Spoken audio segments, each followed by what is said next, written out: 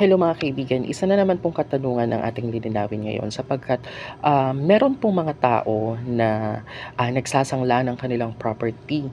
So madalas po ito nangyayari sa mga probinsya na kapag ako ay walang pera or ang isang tao ay walang pera ay magsasangla sila ng kanilang lupa or ng kanilang ari-arian doon sa ibang tao at lalagyan nila ito ng kontrata na 1 taon, 2 taon at may iba namang mga mapagsamantala na sasabihin nila na okay, kapagka ito ay hindi mo natubos sa loob ng 1 taon ay magiging akin na itong lupa mo na isinangla sa akin. Wala ka ng karapatan dito, ito ay i-embargohin ko na. Ito ba ay legal o hindi? Ito po ay illegal or ipinagbabawal ng batas. So, kahit na sabihin pa natin na pumasok tayo sa isang kontrata, naka-stipulate doon or nabanggit doon sa kontrata na sa loob ng 3 taon, kapag hindi nabayaran ng pagkakautang ay maaari na embargohin ang iyong property, yun po ay invalid sapagkat hindi po pinapayagan ng batas yung pactum commissorium na tinatawag.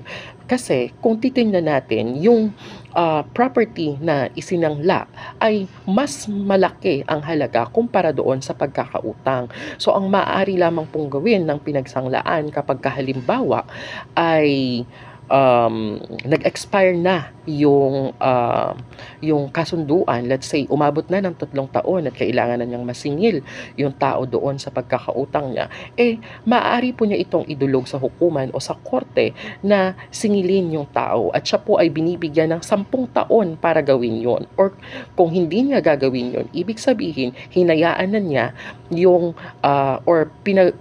binaliwala na niya yung kanyang karapatan na masingil yung tao doon sa kanyang pagkakautang.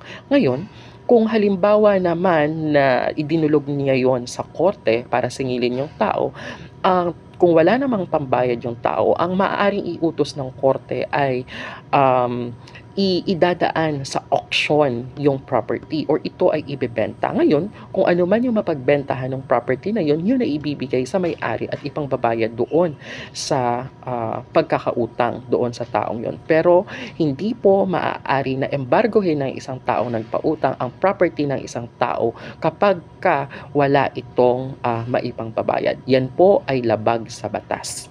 Yun lamang po. Maraming salamat.